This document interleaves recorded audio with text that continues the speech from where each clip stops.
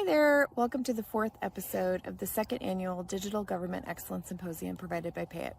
My name is Katie Beth DeShepper. I'm the VP and GM of DMV Services at Payet, and I come to you today from my family farm located in rural Miami County, Kansas. Kansas state residents are provided services from Payet for Department of Health and Environment, Department of Revenue, and the DMV. Digital services are very important to me, not only because I am a resident of the state of Kansas, but also I have a disabled daughter who's in a wheelchair. So I think about how to get her from A to B, and I also think about how could I do something for her where we don't have to leave the house, because leaving the house it takes a lot, to say the least. So when we think about how to bring impactful digital change, sometimes the first thing that is a roadblock for us is procurement. So with technology changing so rapidly, it's amazing to think that procurement processes haven't kept up with that acceleration. So today, we're going to be talking about how to think about procurement differently. Again, we know that technology changes quickly, but procurement hasn't. So today's spirited discussion will examine how to ensure you're getting the best solution from the right partner. I'd like to introduce and welcome my colleagues from Payet, Jack Laskowitz, VP of Procurement Operations, John Telch from Government Relations, as well as Adam Christensen, Head of Product. We also have Nick Hughes from NASPO, which is the National Association of State Procurement Officials, on our episode today. So with that, Jack, over to you. Hey, thanks a lot. I'm so excited to join you all. I've got some friends I brought along with me here in a few minutes to talk about flipping the script, procurement for better outcomes. What we want to accomplish over the course of this webinar is we want to talk about and leave you with some nuggets and tidbits that you can use to help get the things you need to get done at your department and at your agency, whether you're serving in the local government level or at the state or a province, that you have an awareness of the assets and the tools that you've got at your fingertips so that you can go ahead and get your work done. I've brought some folks along with me to talk about this experience and RFPs or requests for proposals. And let me get some introductions done. First, Nick Hughes joining us. He's a cooperative portfolio manager from NASPO, and that is the North American State Procurement Officials. To make sure I get that acronym correct. So Nick is an expert in this, and he'll talk a little bit more about some of the things that he's experienced both on the procurement side, working within state government, but also then working in the cooperative side as well. Adam Christensen, head of product at Payet. Adam has a wealth of experience in product, and he's really where that rubber meets the road. And whatever RFP comes out, eventually it's about what product are we going to use to fulfill a potential need that we have in our department or agency. And also John Telch. John's a VP of Canada at Payet. John's also got a lot of experience working inside of government as well as for government and around government. So we've got a really good group of folks, and myself, Jack Laskowitz, I work with procurement operations also at Payet. And so we live and breathe this every day. All right, let's get started. So the first question, this is not a survey, is have you heard about RFPs? You probably have, but I just want to spend a few minutes to talk a little bit about what that experience is like, just to refresh all of us on an RFP experience. And the first thing is it's no walk in the park. I mean, and anything we talk about today, my first bit of guidance is check what those policies are within your jurisdiction for procurement. Those can vary from city to city, county to county, village, state, town, province, anywhere. Usually there are some policies you want to follow. But in general, working over the number of years with a lot of clients out in the field, first of all, this starts with, do we need an RFP? What is this like? What are we trying to get done? Maybe a contract is running out; it's out of its useful life, and so we've got to go to RFP to fulfill a potential need or a particular need or service. Maybe we just want to go get something new done, and we want to see what the market has to offer. Well, in that experience, you start with, what do we want in this particular RFP? And this normally goes kind of one of two ways. The bottom route is, let's just use what we did the last time, last 2 times, the last 5 times. And that's the sort of copy paste mode. And so that's one option. The other option is like, you know what, that doesn't make sense, or this is brand new. So let's draft up and let's invest the time on building our new requirements. what you might find though is those new requirements may be some mixture of a need and then some wishes, or let's call it needs and wants. I talk with my kids all the time about needs versus wants. Like normally, at least for us, a 5-pound bag of gummy bears is not necessarily a need per se, but you get the point. And let's say after you get through with what designing what that scope is, now it's time to administer the RFP. That's a really good time. You got all these key questions coming in. You got a Q&A period happening, usually between administering the RFP, opening that up, and then when you get through demos and interviews and reference calls, and the Q&A could be 5 questions, it could be 50, it could be 250. I've seen them all. And so that could take amount of time to make sure you thoughtfully answer those questions so that you get good responses back. And all right, you've got through all that work and you finally get to the contracting phase. Maybe that takes a day, maybe it takes a month, maybe it takes a quarter or a year. But that phase also occurs, and congratulations, you're at the contract, but you're not finished. So then you get through contracting and it's time for the kickoff. Hooray. But depending on the amount of time that it's taken, do you have the same people on the roster of who's going to be participating? Does the vendor have the same people that are going to be participating? And some folks are like, what are we doing this for? The good news is between when you wanted to start that RFP and when you finished, I'm sure the world has not changed. Technology has not advanced. So nothing has changed, which is good. So then your scope's still accurate. But really, my point is you get the picture. It's a lot of work. It's a lot of effort. There are some different avenues that you can go down, and they've got their trade-offs, and we're going to talk about some of those. But the point is, this is a journey, and you really want to be thoughtful around what are the things that I can think about to make this the most effective use of my time, my team's time, and my colleagues' time as well, in order to get that right result at the end of this.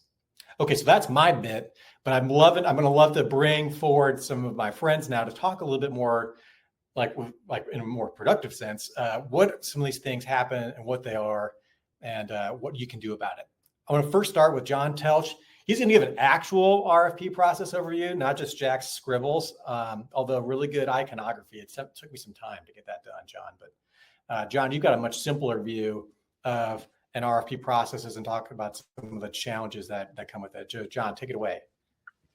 Yeah, thanks, Jack. That's a really great place to start. And my experience with RFPs has been pretty all over the place, as Jack mentioned. I mean, I was a federal staffer here in Canada, so familiar with federal government procurement and the challenges it brings. And during my time, many years as a government relations consultant, we would assist clients with RFPs, or we would even participate in RFPs ourselves. For say not-for-profits or agencies looking for government relations representation. And over the course of that experience, there's a few key trends that emerge that can be, sometimes insurmountable objects to a successful RFP and actually, doing what you hope the RFP does, which is, keeps public trust and accountability and helps the agency or the municipality or the province or the state, whoever it might be, solve the problem that they're looking to solve. And an RFP process can be lengthy and cumbersome if the folks inside your department maybe don't have the knowledge requirements that are needed of the latest technology. And what that can really do is that can sort of turn your RFP into a bit of a snowball and then an avalanche. I was just speaking with an organization this morning who was looking for a CRM for its members. And then once it went to the board, they started attaching all of these amendments to the RFP and made it this completely different request for proposals that they just took down because they couldn't find anyone to solve this unicorn problem. And that was really something that has now hurt their members because they don't have the CRM solution that they're looking for. The other thing with RFPs that can be a challenge is that they are time consuming, as Jack mentioned, is that from start to finish, you're looking at a really lengthy process and you're including a whole bunch of stages that maybe you don't need or maybe are not going to really expedite the solution that you're looking for. You need market data collection, and that's also a time-consuming process. So you might need to do a market call where you're going out to the market and saying, if we ask the question, who could solve for X? You then get a lot of respondents saying they could solve for X. which is wonderful, 'cause competition is a great thing. But if you were looking to evaluate 10 potential partners, maybe now you're evaluating 40 or more because a lot of people have said yes. For your smaller jurisdictions, the next one is a huge obstacle, which is you need that internal tech expertise and resources to be carved out. And that's a big worry for a lot of folks that I speak to and have in my past career, particularly in north of the border, where you have smaller jurisdictions who might have a really, really tech savvy CIO, or maybe a small team of 3 or 4 people. But if one of them moves on to another role, even within the government, you lose that expertise, and that can set the RFP back because you need that subject matter expert to really be evaluating the needs of the government and the delivery, as well as the potential vendors and partners. The RFP process is expensive, and that's not just a dollar figure. That's also that dollar figure that's harder to quantify of your time and your capacity, your team's time and capacity. Of who on my team can put their hand up and really own this RFP process. Well, our municipal council has mandated us to tackle 10 other priorities. We might not be able to handle this. And so what that results in is that you really need a faster path to contracting that still does all of those things that we mentioned. There's public trust, there's accountability, there's proper vetting, there's the solution to the problem that I have. And maybe we'll just head off to the next slide if possible. So some alternatives that we've experienced on both sides of the border are different ways of achieving the same outcome. So if we look at this problem through the lens of how do I ensure there is public trust and accountability, there are a few larger jurisdictions in particular who have realized that RFPs are not cost effective and they are not resource effective for them. As a result, they've taken a different approach. They've launched lobbyist registries so that a potential partner can come to them with an innovative idea that they may not have yet had the time to consider. They publish that registration, which says for any citizen who wants to know, hey, my name is John, I represent company X, and I'm wanting to talk to this government about XYZ. So there is a public trust element where you have to engage in this public setting so that the public is aware you are trying to work with the government to solve a problem. Next up, really, really important and at the core of any successful procurement and government problem solving is identify the problem and maintain that problem. I can give you an example. When my consulting days, we were working with a very large not-for-profit. We were in the RFP process, which included an interview and a pitch, and we were going to represent them nationwide in government relations. And our pitch was looking great, and we were pitching to the board, some of whom had government experience, some of whom didn't. And one of the board members asked, "This is all wonderful. Our future plans include a mobile app for our members. You guys do that, right?" And my colleague and I, who work in government relations, all of a sudden had to change tack and say, well, sorry, no, that's not our expertise. We're government experts. And if you want to really evaluate government relations consultants, you need to make sure your RFP is limited to that. So just making sure that you don't fall into that little trap that exists, which can really expand on you of adding too many components that are different than the problem that you want to solve. Another way forward is to evaluate pilot opportunities. There's quite a few governments in Canada and the States of various sizes who do a smaller market call, and they result in a pilot to see, okay, we engage this partner after a market call, after a slightly expedited procurement, to pilot with them to evaluate if they could solve our problem.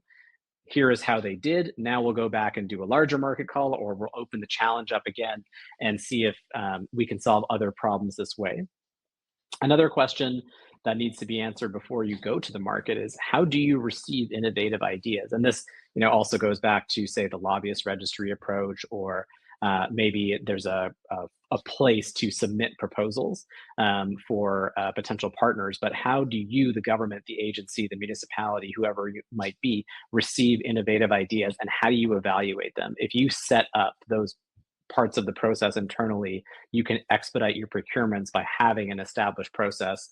You can bring that to council, you can make that a piece of legislation, an agency policy, whatever it happens to be.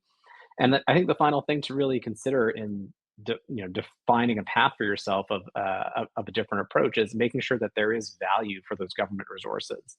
If you are putting out an RFP for something like software or the administering of a program which has a lower tangible financial cost, but it costs the government double the amount to put forward the RFP, the public financial accountability are going to look at those pieces and say, well, this really wasn't good value for government money. We spent more on the actual process than the outcome of the process. So ensuring that you're using your resources and time wisely can really help expedite things along.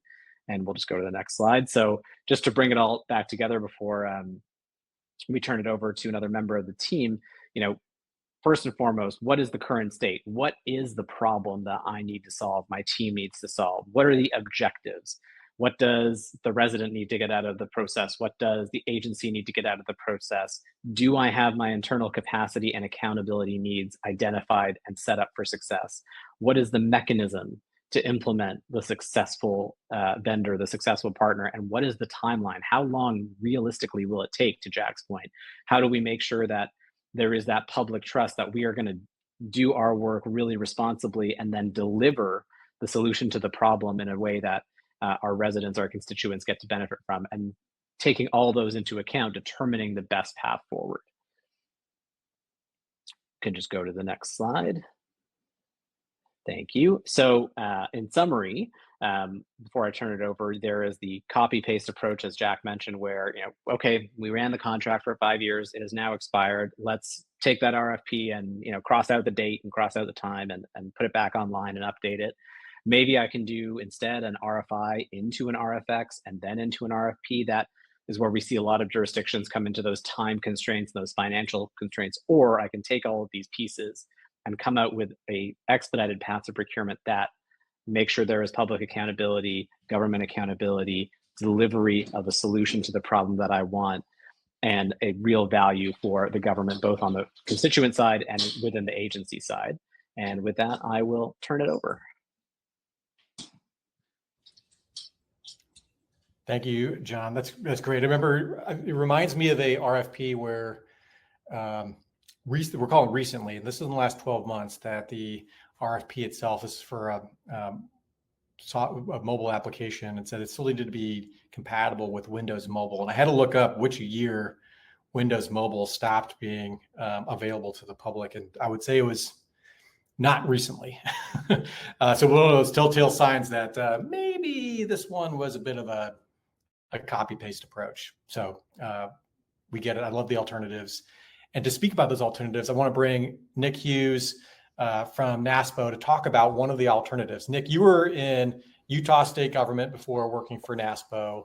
And so you've been there. You've been in the shoes of all the puts and takes of what getting one of these RFPs done. It's all about a matter of trade-offs. No one of these things is bad per se, but they all have different trade-offs to consider. So we want to make sure that folks understand working through a cooperative lead state kind of a model and what those things could be really as a good alternative. Great.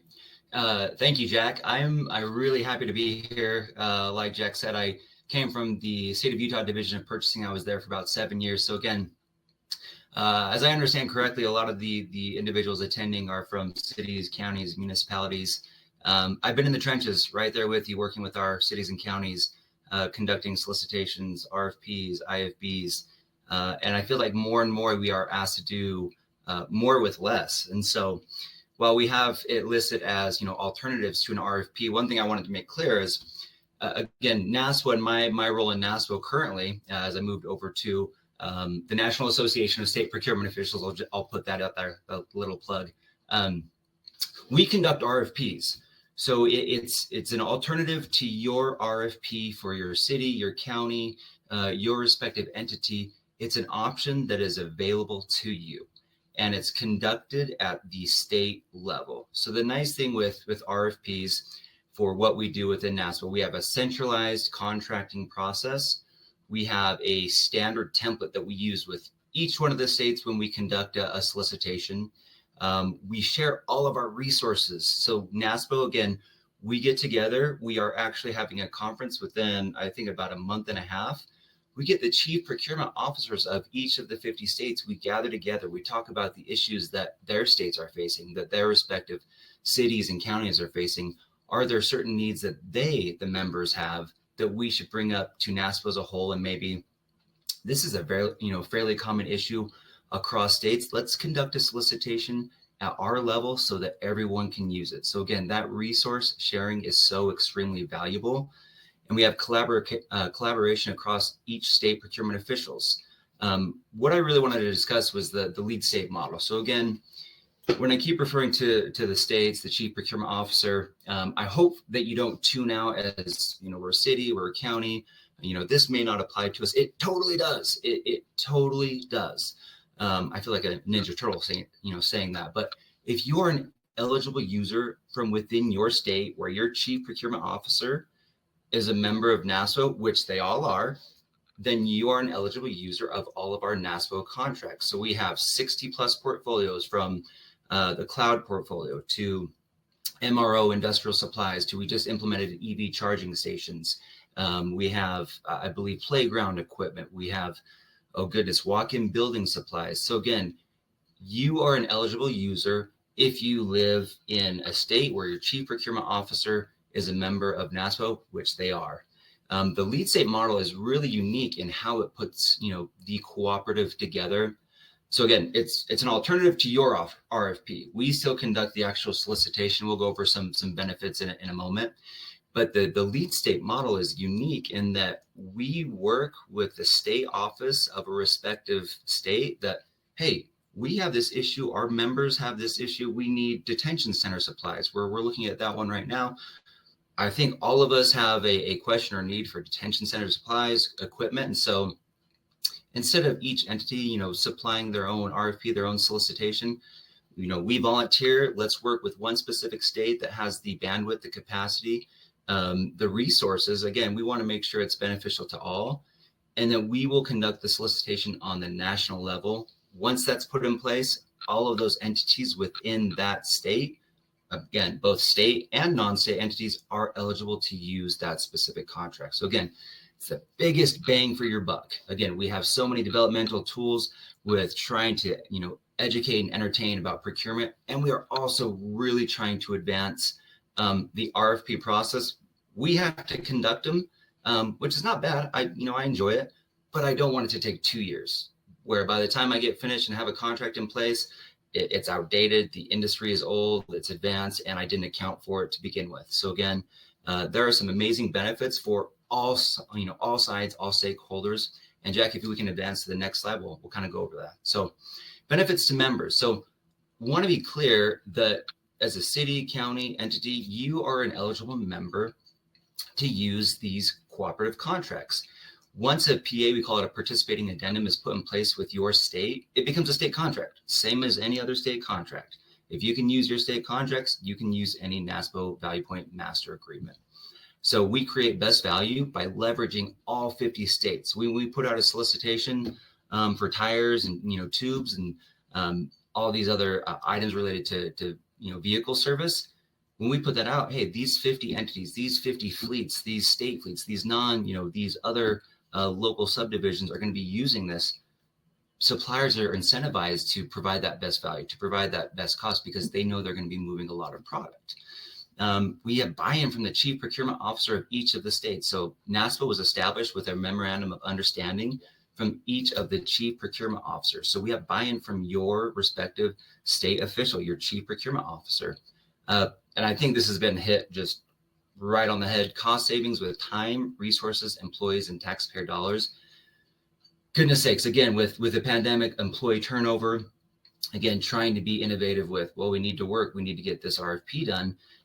One thing I always recall is that we had a significant turnover in the state of Utah, and entities really wanted to do RFPs, and we only have maybe 3 or 4 individuals within the office that could do an effective RFP for the system, this new item that maybe wasn't available on state contract that we really had to do an RFP with.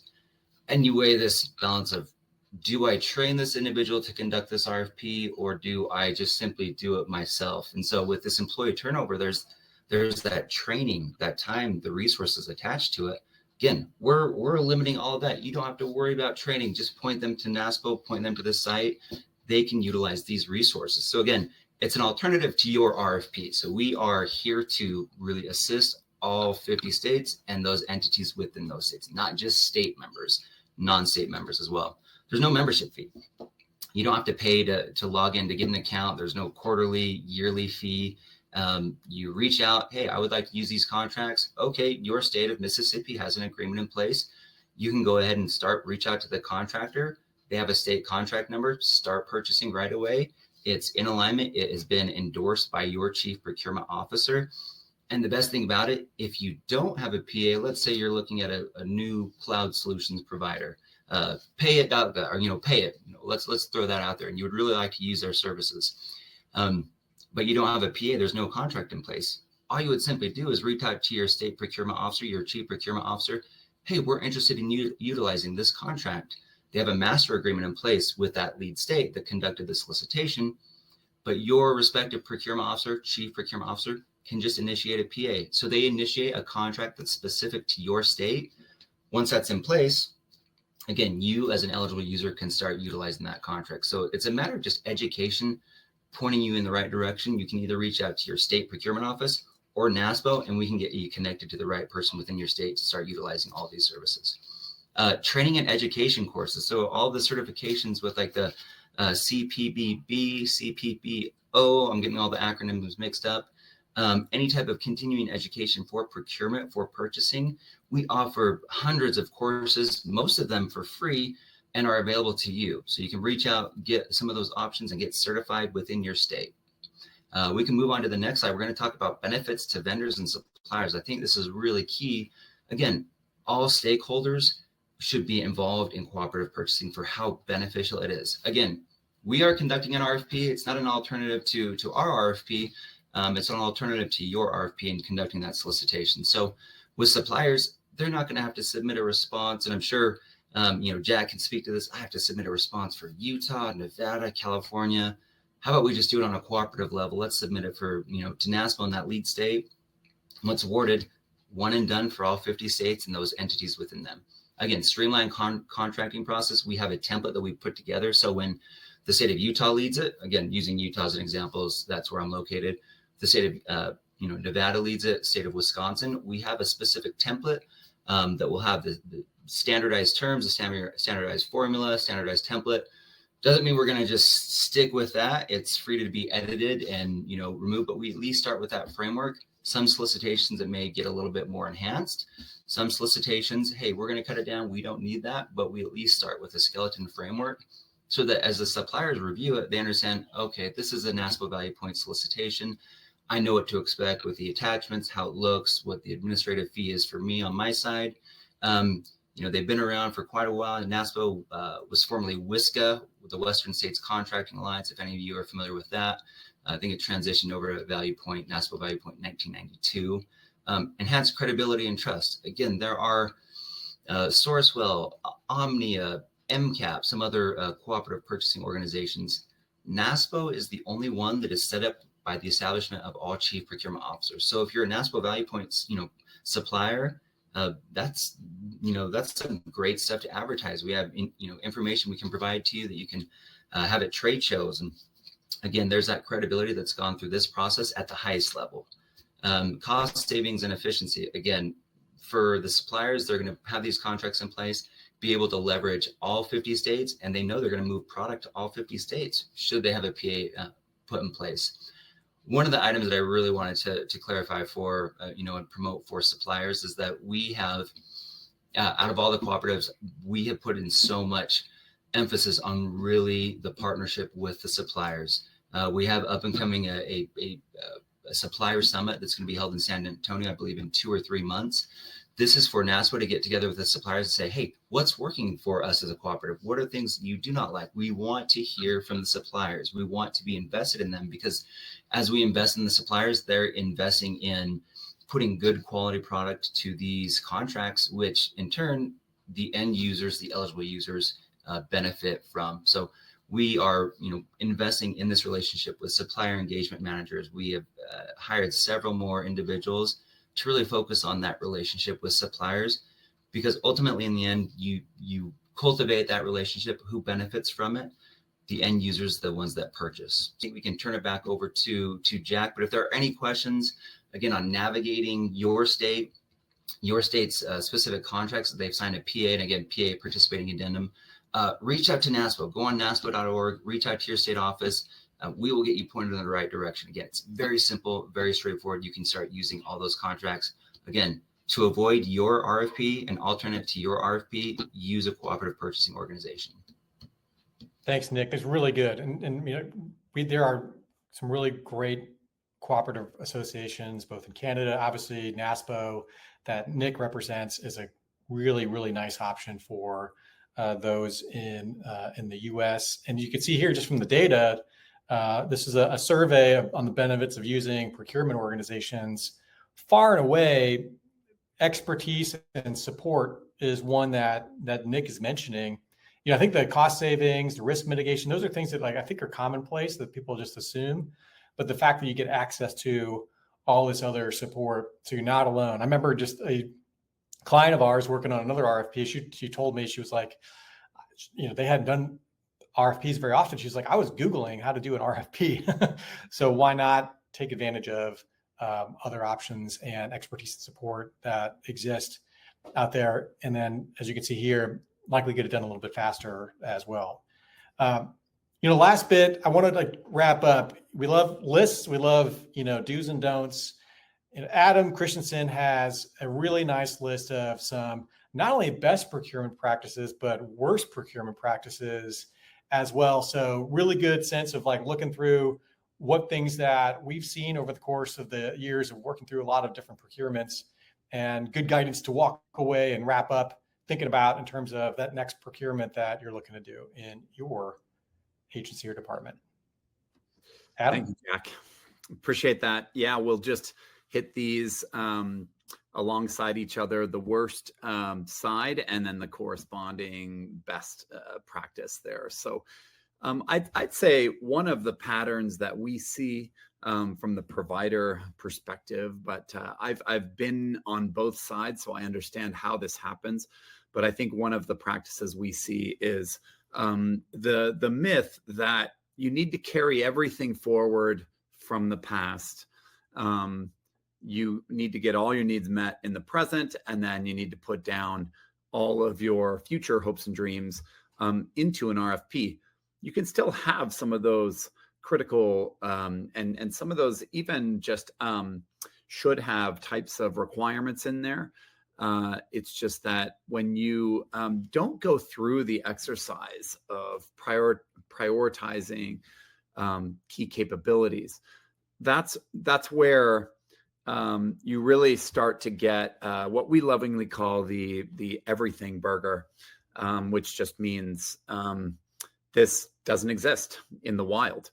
And sometimes we see it coming from either, a couple different types of patterns. One is just wanting to be very inclusive. It comes from a good place, be very inclusive across all of the collaborators internally and get everyone's needs met.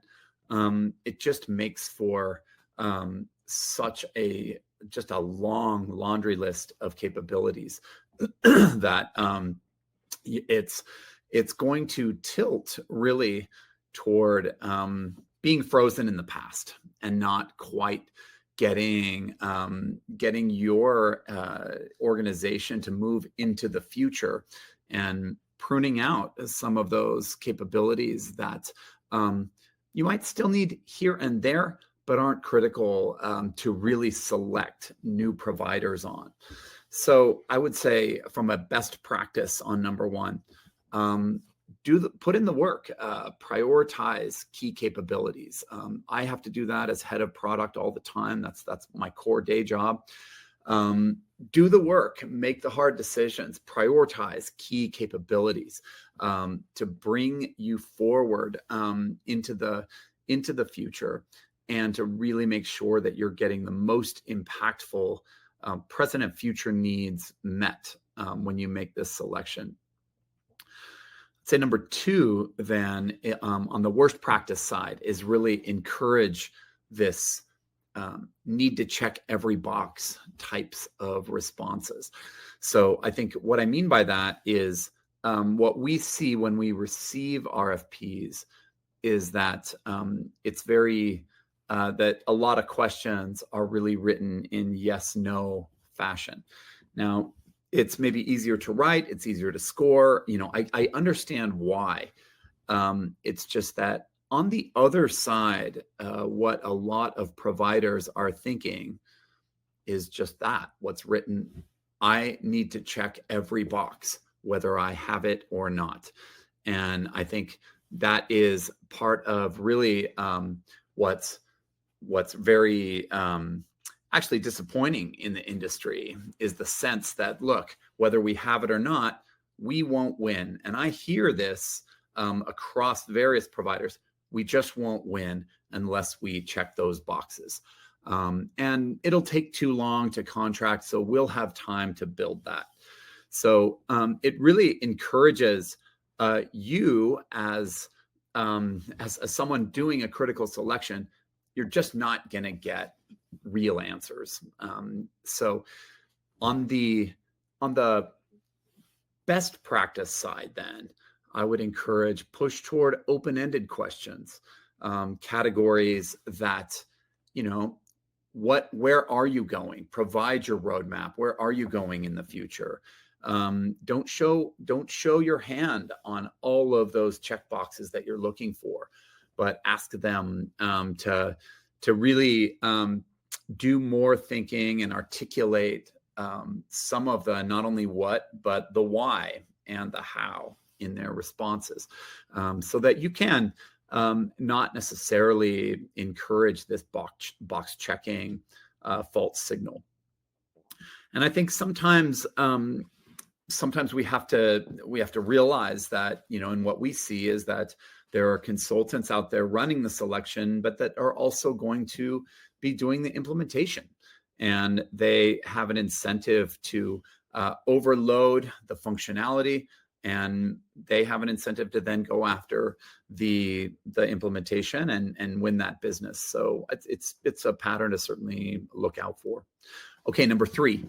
Along with that is this just a rote selection of percentage of yes, and that goes along with it. So I would really encourage more on the best practice side. Demand the proof points, the demos, the reference checks for quality. Do you really have this?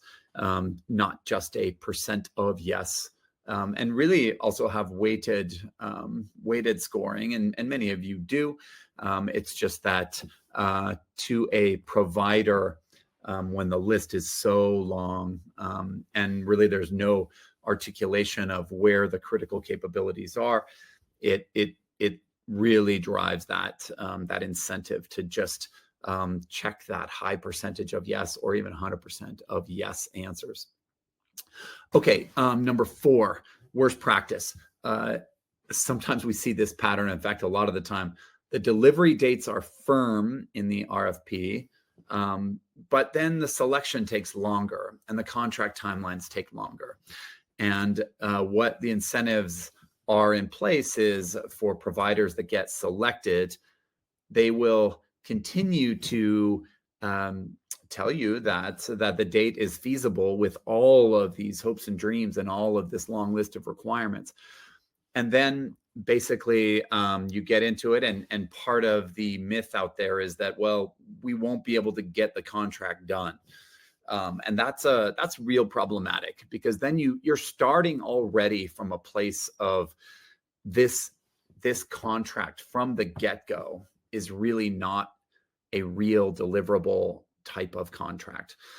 So I'd say on the best practice side, start with that achievable project plan across all parties, clear phasing, clear priorities, and rethink the date in light of how long it took to get that contract done.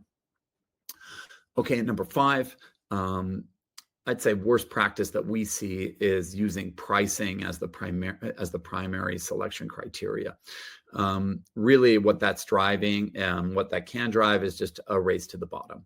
And then you also are going to just beg for getting nickeled and dimed, and not necessarily having a comprehensive solution and a real partnership, but really a potential agreement on very finite letter of the law type of contract verbiage, That's just really waiting for the next shoe to drop. And those are the exceptions that are coming. So I'd say the best practice there would be ensure the track record of delivery, all costs are considered, trusted partnership, an ongoing prioritization of needs that you have, and really baking that into the selection. All right. So those are the top 5 worst and corresponding best practices that I would recommend and that we see in the industry. Adam, thanks a lot. They're really good. Again, we wanted to make sure there's no silver bullet in how to do a procurement, and it's all going to depend on what those needs are that you've got. What are the outcomes that you're trying to achieve? Choosing a best-in-class software platform is probably going to be different than, hey, we need office supplies. What we wanted to leave you with today are some of the things for you to think about in order to get the best outcome for your agency or your department, depending on what those needs are.